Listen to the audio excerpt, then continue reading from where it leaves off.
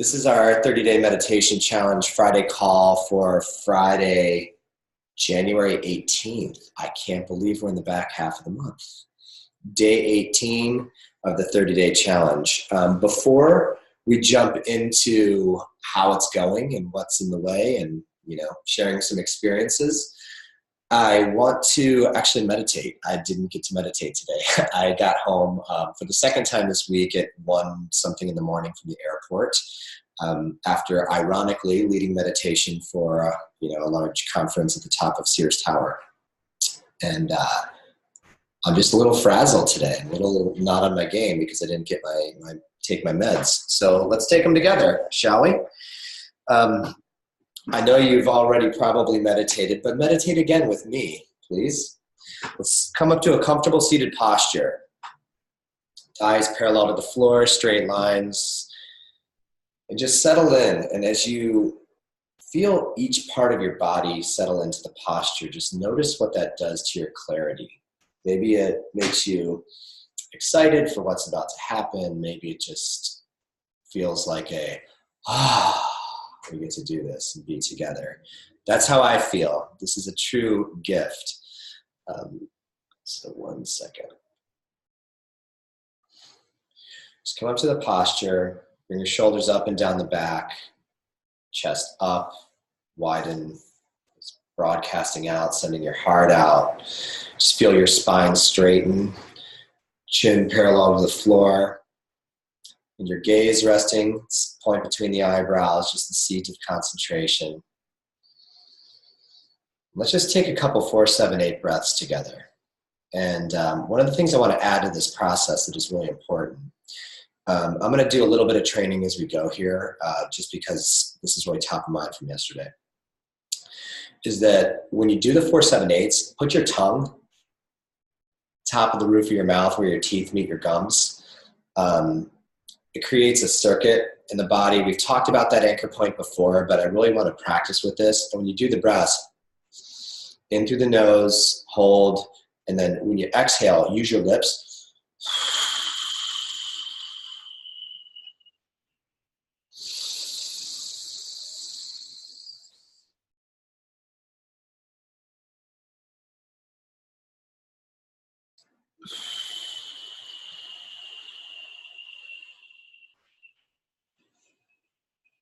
In for 4.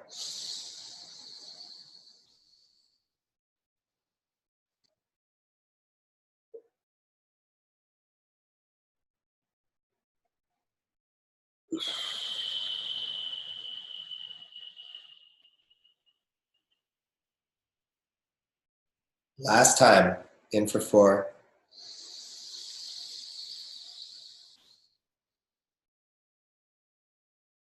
4, 5, 6, 7.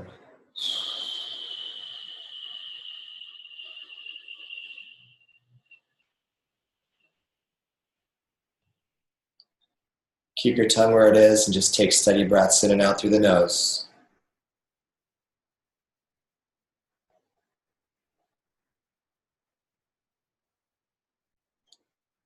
Just let your circulatory system, your respiratory system work for you.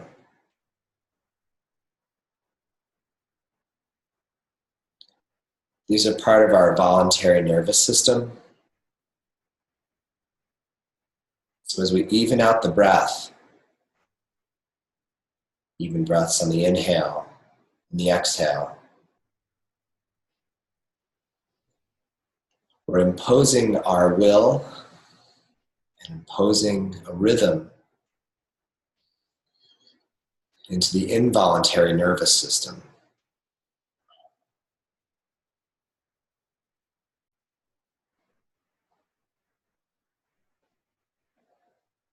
Just feel the sensation of taking back control, or a sense of control. Sense of influence and power.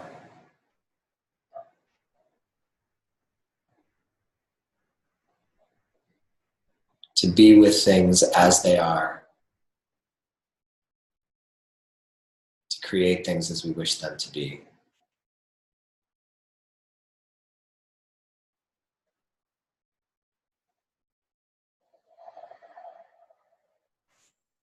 present to our ability to influence the uncontrollable.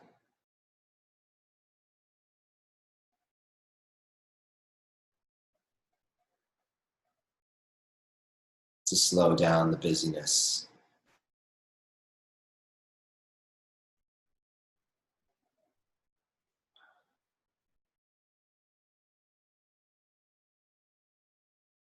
Allowing every breath to pull us more fully into our body, into our beautiful, messy humanity.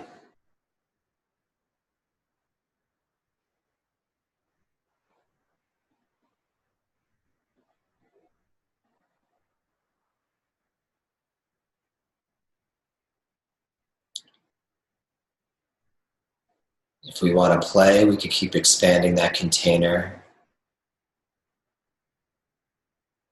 allowing the breath to expand our heart, our humanity to include all humanity, all people present here together. A few hundred of us in the challenge this month, in our own struggles and wins and breakthroughs.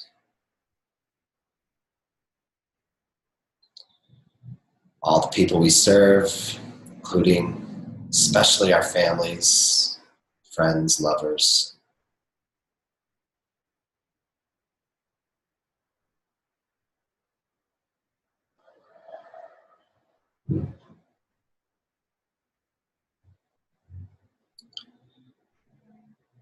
Just allowing ourselves to be with the world in this moment as it is. All of the promise and potential. All of the dysfunction and strife.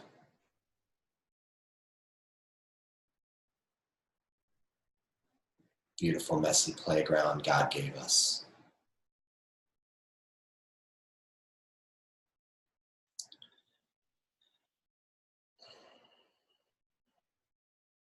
And as we direct our attention to our highest good,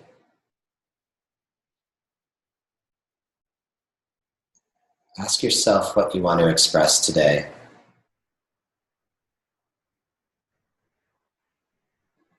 It's gratitude to God or whoever your deity may be for giving you this playground. This messy human experience. Also giving you the ability to do what we're doing, what we just did. Just quiet the storms at will, shift your focus at will, and put it back in service to your mission.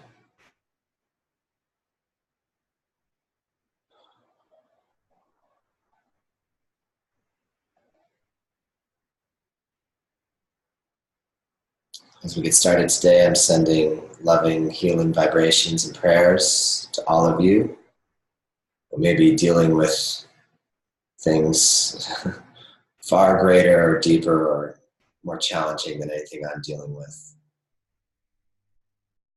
It's all relative. But my heart is with you. My lineage of gurus and teachers is with you. Most of all, as we get started, my intention is with you. Let's bring our focus back.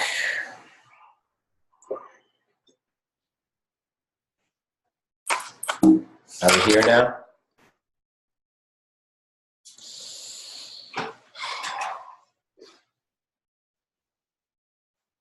I don't know what's going on in the cosmos, but it feels like a roller coaster. Last night I led that conference closing. It was 99th floor of Sears Tower, Willis Tower now, in Chicago. It was just really astonishing. It was, I'd say the craziest thing about it was it wasn't the epic nature of the setting. And let me tell you why this is relevant to you. Our theme today is kind of owning our power, accessing our power through the practice, aligning our ability to claim and hold and direct our attention to the impact we create in the world. If there is a secret sauce, that is it. So last night, the timing of my session was really crazy. It was, I had an hour and 15 minutes in between a security training. This is at the end of a 3-day conference. So these people are like spinning, fried, caffeinated, need a drink, just you name it, they were overloaded. And so the last 3 sessions were security training, like intense, don't let, hackers wreck our shit. And then me, and then the CEO releasing them for happy hour drinks. So it was drinks, compliance training, meditation after 3 days of insanity. So the only thing I could think of to do was to address the elephant in the room off the bat. So I got really like in their face at first. They were expecting, like a meditation teacher. It was more like, we both know that you think I'm your, obstruction to, the happy hour or it's very clear that this is the last thing you want to be talking about right now. And we kind of reframed it as the integration of the 3 days and how to access that through the stilling practice. And the most powerful thing that happened very quickly was I taught them the 4-7-8. I got them going. We sat down and we shifted the weather in the room in like a 3-minute meditation. It was insane. And I didn't project that onto them.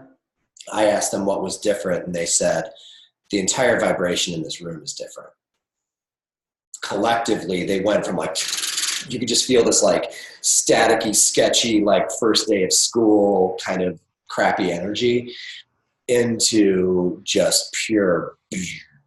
And the rest of that session just flowed from source, from spirit, from vessel. It was really cool. And we talk about, we may have talked about the levels of consciousness, the kingdoms of consciousness. It's the Michael Beckwith model. There's 4 levels. There's life happens to me, which is victim consciousness. Life happens by me, which is achiever consciousness. Life happens through me, which is vessel consciousness. I trip over that at times. And then as one is the top. And in my best favorite moments with all of you, this 30-day challenge happens as an as one experience. That's what's unfolding in the group with people supporting each other, sharing their stories. That's an as one experience. We're all in this together. And I think that's what we're on earth to create. That's what God wants from us.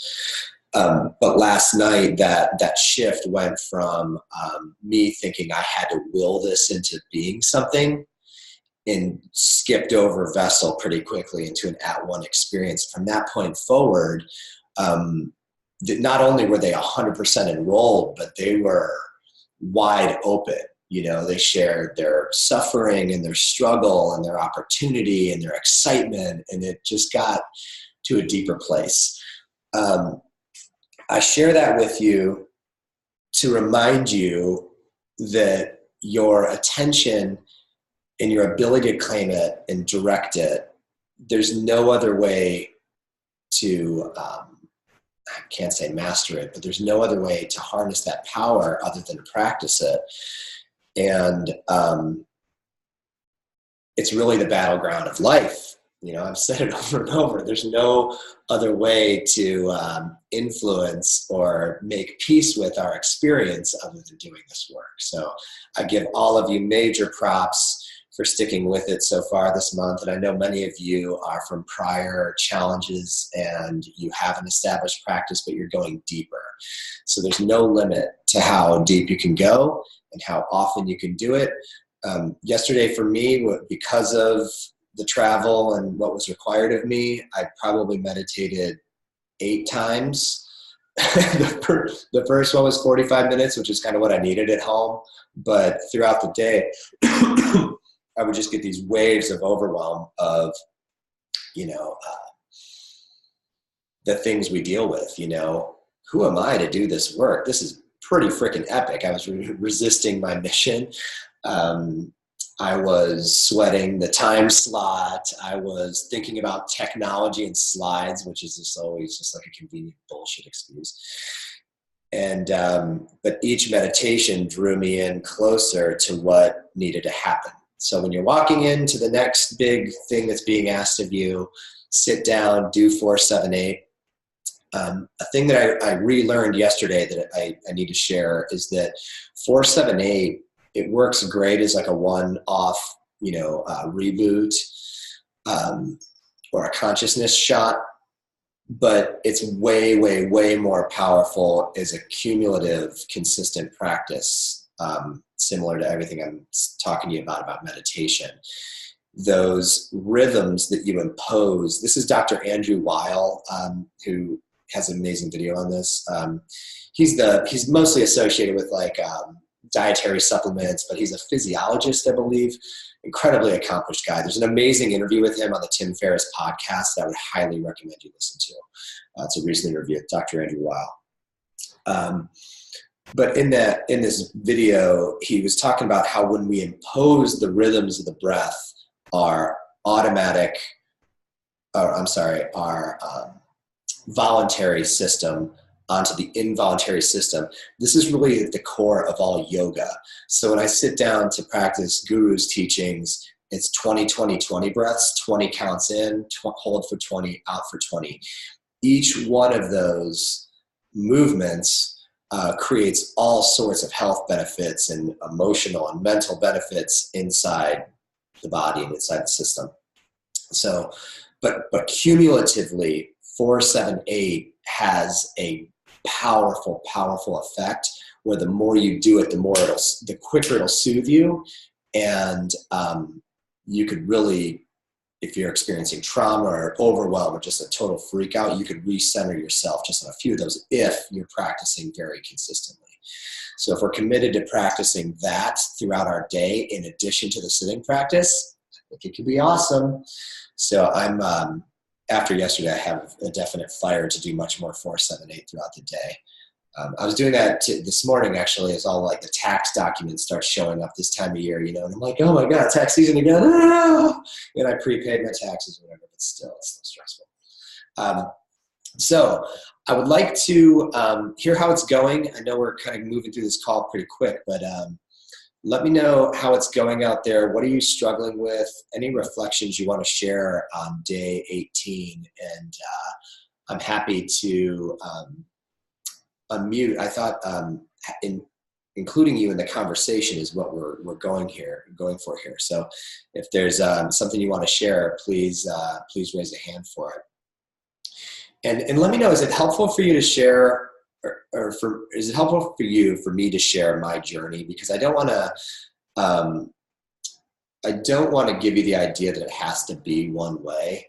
I want to encourage you and inspire you to show you how applicable it is in the real battlefield of things, and how even when we're doing our dream job and getting paid to like live our dream, that it's up to us to control the mindset, to center the selves, and show up the way we want to. Yeah, Lisa. 1 second, Lisa. Okay. Hello, Lisa. Is this Lisa Schubert? No, it's Lisa Leonard. Can you hear me? Even better, Lisa Leonard. How are you doing today? Hey, I'm good. Thanks for doing this. I'm struggling with the holding my breath part of 4-7-8. It's like this old thing in my brain is like, oh my God, if I hold my breath, I'm going to die. And I know I know it works, and I know you've got your reasons. I just need to maybe be reminded of that. It's not going to kill me, and it's actually a really good thing. But like instinctively, it just feels like I should not be holding my breath. Yeah. What comes up for you when, so like, do you get apprehensive as soon as the process starts, or is it just when you hold the breath? Just when I hold the breath. Yeah. Okay. What about it feels either unsafe or I don't know, threatening or uncomfortable? Is it the length of time? Is it just any holding of the breath? Could be a couple of things. Generally, yes, it's the length because it starts to feel uncomfortable and it feels hard for me to hold it for that long. Yeah. But then the other thing, I don't know if it has to do with my voice training or some of my exercise, yoga or something in my past where it's like, breathe, full breaths, and like, I don't know, don't hold your breath, because I was equating holding my breath with like clenching and sounding tight in my voice. And I, need to sort of keep the breath flowing and not hold it. Yeah, yeah, sure. So it's kind of a new practice. If you're, I've taken vocal lessons as well, and it's all about keeping the diaphragm engaged and moving the air in and out and all that. It's almost like in that kind of paradigm, holding the breath is like stagnation in a way.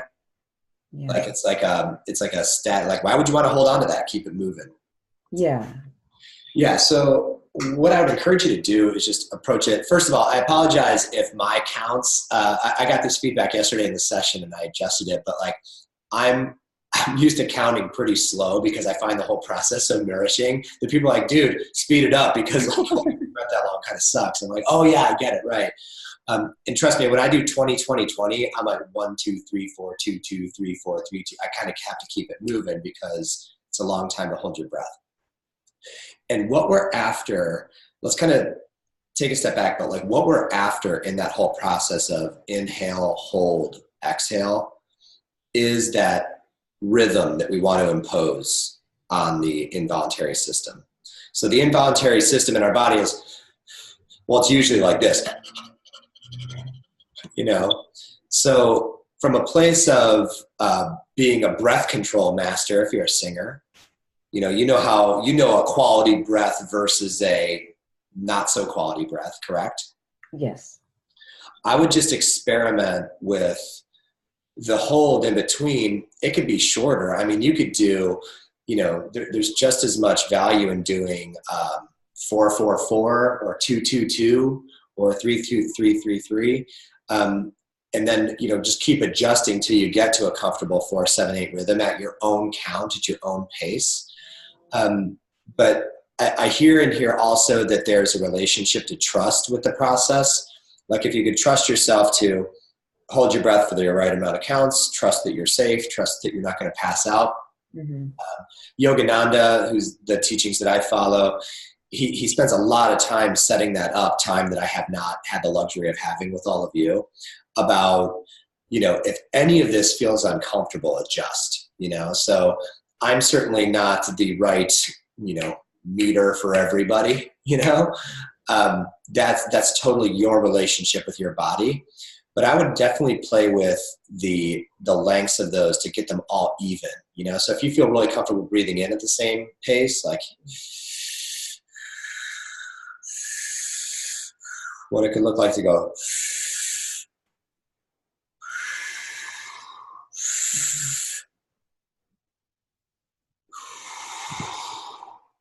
Does that make sense? It does, yeah. Could you just remind me, though, of what is happening to us, or what is supposed to be happening to us when we are in that state of holding our breath, the physiology of it? Yeah. And this is another one of my growth edges as a teacher. I'll be straight up with you, Lisa, is that I've never been a numbers guy or a research guy. I'm a direct experience guy. Mm-hmm. Just yesterday on my site, I'm starting to publish a lot more of the actual research of the physiology of what's happening. There's a great video by Andrew Weil I'll share in the Facebook group. Are you in the Facebook group? Yes, I am. Yes, I am. Okay, cool. Because after I rewatch it, it's about an 8-minute video, but he basically, a lot of regenerative things are happening in the body. And he has all the science, the capillaries, whatever it is.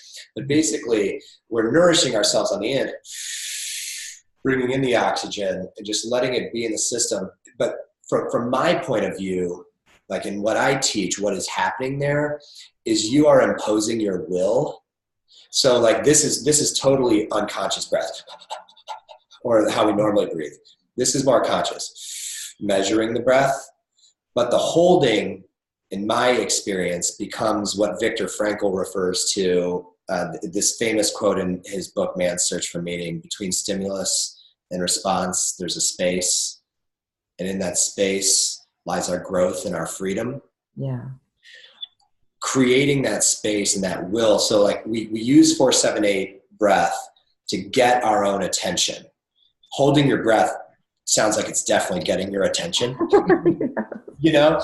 But we use that to get our own attention, to bring us to center. So pay attention to what it's doing with your focus. If you start with like a snow globe of thoughts, if it's centering you down and quieting you, it's doing its job. And holding the breath is part of that, provided that it's not making you uncomfortable or taking you too much into your head, you know? Okay. There are a lot of other physiological, scientific-y things that it's doing in the body. I'm just not your guy for that. Okay. So I'll post a video of, I mean, I can make up a lot of bullshit, but I don't. No, that would be great. The video link would be great. And already what you've said has been helpful. So thanks. Yeah. So, but think of it in terms of, you know, how important is it to get your own attention? And if you have a lot of attachment to holding your breath, it's doing its job. I would just lessen the 7 down to whatever and, you know, make it a quicker cadence. I couldn't do the 20-20-20 breathing at first in my practice, but now in trusting the teachings, what I'm realizing is that it's fully oxygenating our body. It's making us tap into our divine will and our human will to be able to control the breath. Like basically what we're sending into our body is, I am the ghost in this machine. You know, I don't have to just breathe like, I can breathe. And yogis, you may have read stories, I don't know if you ever read Autobiography of a Yogi, but these highly realized masters over a lifetime of doing this, of controlling the breath, they could shut down all of they could bring their heart rate to basically nothing, where they won't have a pulse, you know? I'm not saying we need to go there, but there's ways to experiment with this. And another one is, you might want to look into Wim Hof is getting popular right now. He's the ice guy. He goes for ice baths and stuff. Don't do it. You don't need to do that. But just read up or do some research on, you know, what is all of this breath control about these days, because it's really coming up a lot lately. Okay. Thank you.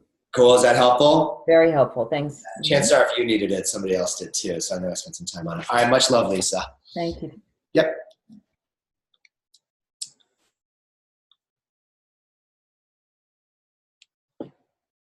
Would anybody else like to contribute to our conversation right now? We have about 10 minutes, and I love talking to people. Share your experience, ask a question, say what's coming up for you. I can't even.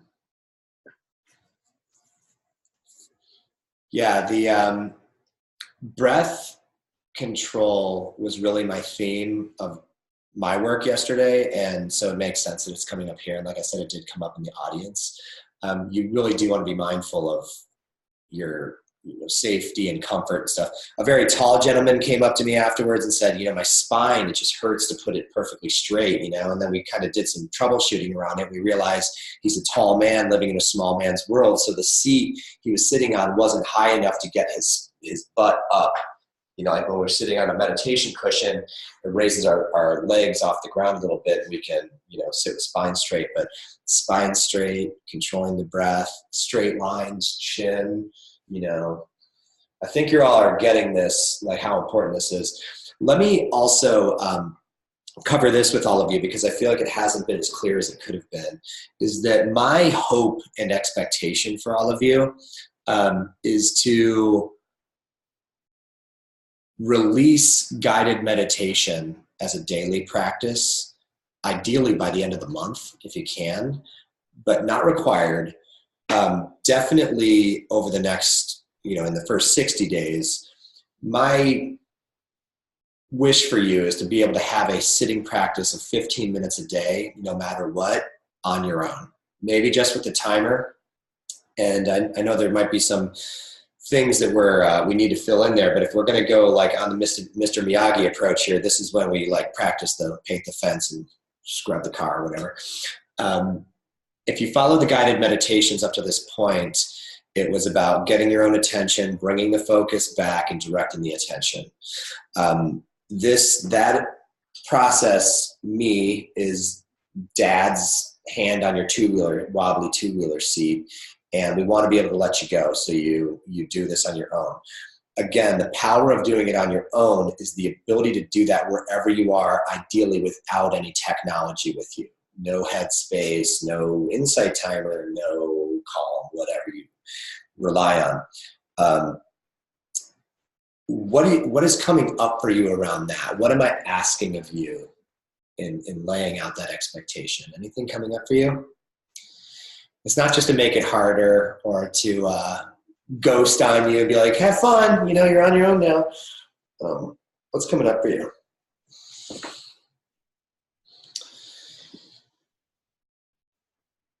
It's really just important to own that process yourself. And we could continue to do more and more deeper work to be able to how to be with a 30-minute session versus a 15-minute session, or how to be with a 90-minute session or a 3-hour one like I did a couple weeks ago. But that's really it. It's the willingness and the tools to be with yourself for that amount of time. No guidance. Yeah. Thanks, Lisa. Yeah, some days so much monkey mind that hearing a voice or someone else's is helpful to quiet your mind. And I get that. And early on in the practice, it's totally cool. That's why they exist. I'm so glad that it works for you. That's awesome, I was so restless and so high energy that there's certain times I'm so entertained that I am somehow calming for people. If you ask my wife or my kids, sometimes I am and a lot of times I'm not. But that's the benefit of the practice that I have on my own of doing that for myself, So the goal there is the best meditations are when you quiet your mind when it starts out as an absolutely monkey-laden shit show, and you, through the tools or, wiping the screen to white, or eye in the sky, watching all weather move through me, or bringing it back to the breath, or, the focus here and watching the snow globe, letting things settle so where you can see a clear beam of light, whatever that is, you will consciously be able to do that with consistent practice. And yes, some days are just ridiculous amounts of monkey mind.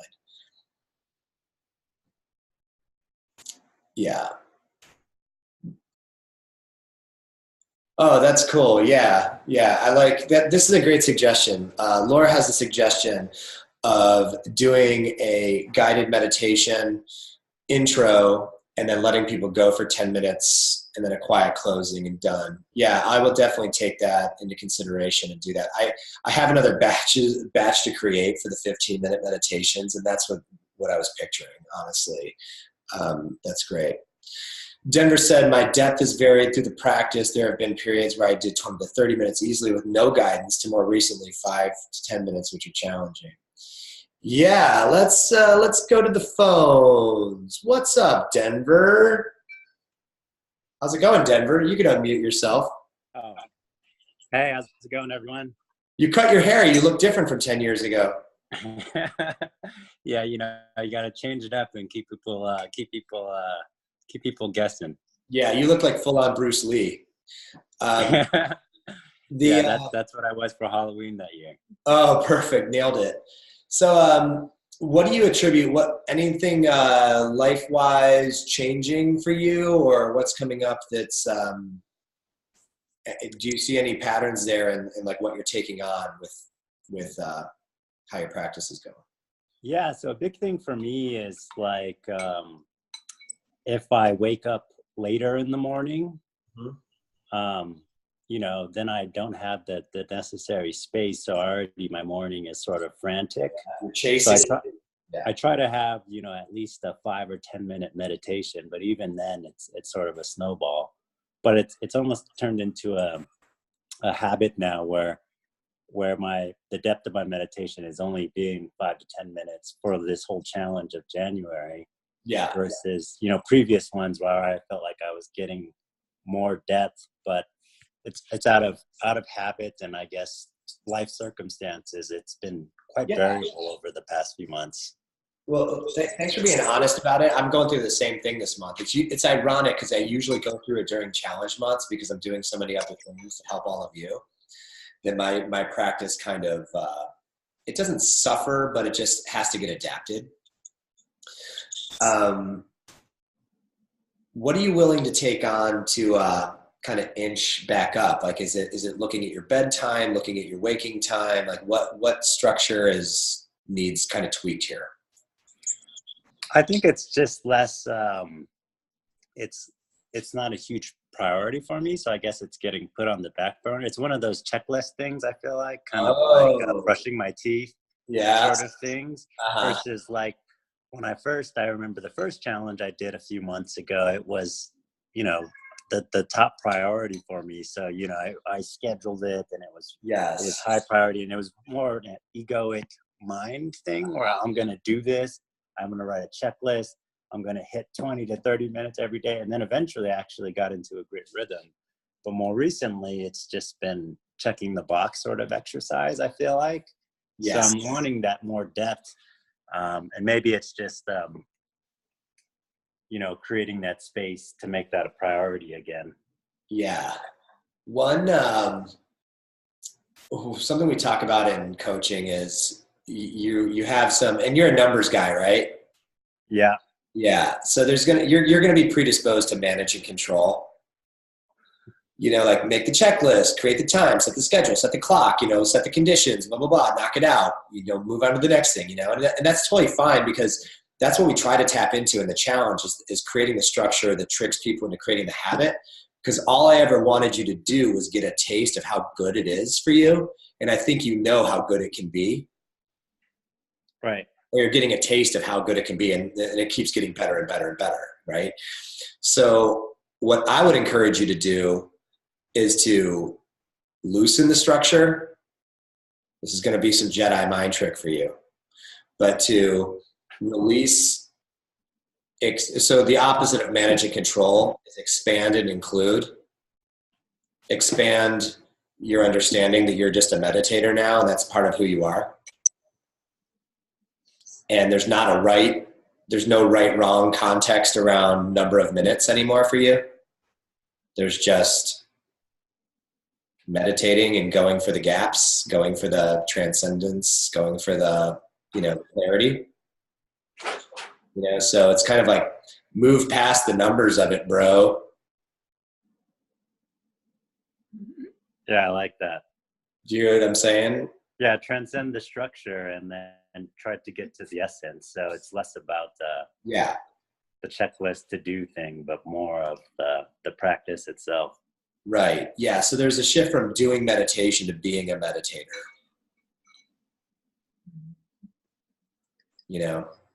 And it's a hard, I struggle with this all the time with the structure of our program, is that, I love people, especially lately, people sharing their stories of like the daily posts and stuff. But I don't in any way intend for people to crucify themselves if they miss a day. Like that's like a bad byproduct of this structure. However, the structure has so much validity in helping people get to this point or to 1,000 days or whatever. And I know that will make them a meditator. But we are, make no mistake, let me be very clear, we are in the business of being meditators, not doing meditations. So this is a really important conversation. I'm glad you brought it up. Thank you. Yeah, man. Could you do me a favor and pass my love along to your amazing wife? I'm such a fan. Hi. She's here. Oh my God, I'm so nervous. I'm ill prepared. Hi. That got weird. Didn't mean it to. I was gonna say I'm loving your tips and really embodying being a meditator instead of having like just this list of like and pressures around like, okay, I have to do it at this time and for this amount of time and everything. So I've been benefiting from your lovely conversation this morning too. Oh, cool. Yeah, it's really important. I mean, it's really top of mind for me. The coaching training I just graduated from is ontological based, which is the study of being. And they shifted us so hard in so many ways. I've been kind of an emotional basket case, honestly, all week. Realizing what a gift it is to be human, to be present, to be a shepherd for other people, to be a meditator. Like my guru, Yogananda, would say, if in a certain lifetime you have any inkling or interest in meditating, you are like 99.9999999% more evolved than other souls on the planet. Because there's still people, the vast majority have so little awareness or understanding of that we should even be doing this practice or what the benefits or possibilities could be. So if you're this far down the road of like starting to do it, just start surrendering into just the being of it. You know, it's been the biggest lesson on my path, because I'm a type AA achiever Virgo, is that I love the structure. What are we doing today? 1 hour, 2 hours, 3 hours, 8 hours, whatever. And it's like the achievement of that. And it's not the case at all. It's like, if anywhere in there, a 5-minute meditation or a 5-hour meditation, you get a moment of transcendence, or you get a wink from God, or that feeling that all is well, that's worth all the days leading up to it. Yeah. Yeah. Totally. So yeah, thanks for sharing that. Love to you both. I'm about to talk to Wizard Phil here in a few, so I gotta wrap up our call. But I gotta show you all this. Are you complete for now, Denver Bruce Lee? Yeah. Yes, Sensei. All right. For the next dojo session. Yeah. Nice. All right. Always welcome. Thanks, brother. Okay. So I had to show you this because I'm kind of proud of this, but this was 1 year of my life. This is the accomplishment coaching. This thing's kind of sick. It's the monument you get for graduating, and it represents the work you've done and all the infinite work yet to be done. And I'm pretty sure the triangle represents the infinity triangle, which is how we source ourselves. We endeavor to source ourselves from the center, which is between God, self, and others. I've been working really hard on my relationship to others all year long, and it continues, trust me. But yeah, this was easily one of the coolest things I've ever done. It was just so great. And I want to give a special shout out and pranams to my sister Laura Neff for encouraging me on the path of becoming a legit coach. I had some natural ability and insight, but I didn't have coaching skills. And that journey just, it made me a better meditator, it made me a better dad, it made me a better human. So thank you, Laura. I love you. Thank you for looking out for me. And with that, my friends, so many congrats and thank you from here for doing this work. Oh, wow. Yeah. Wow, cool. Yeah, I'm really grateful to all of you. Thanks for being, from a place of acknowledgement, thanks for being the fire in the fire, when that's not the fuel in my tank this month. Thanks for being a great structure to show up for. Thanks for being so full of wonder and curiosity as you create your practice. It reinvigorates mine and leads me forward in the next breakthroughs in my practice. Thanks for being beacons in this community. Thanks for being the beacons in your respective communities. And I can tell that you're bringing so much more of yourselves to everything you're doing. And that is really the best part of my job. I love many aspects of my job, but that is kind of the winner. All right, y'all. Sending love. Have an amazing Friday. Share your experience in the group as always. I will post the replay of this should anybody need it. And yeah, anything we learned today, please pass it along. Have a great Friday. I got to go record a Facebook Live and dance. The other breakthrough I had this week is I'm getting back into music in a big way. I've kind of put my marriage and my music in kind of a holding pattern, which is really jacked because they are two of my my biggest devotions in life. Before I had anything, I had Gail, and before I had Gail, I had music, and so I'm reconnecting. I don't know about full-on Funky Fridays because that's a lot of production, but I'll go for raw and real. I'll go for sharing music from soul. So sending love. Have a great day. Bye.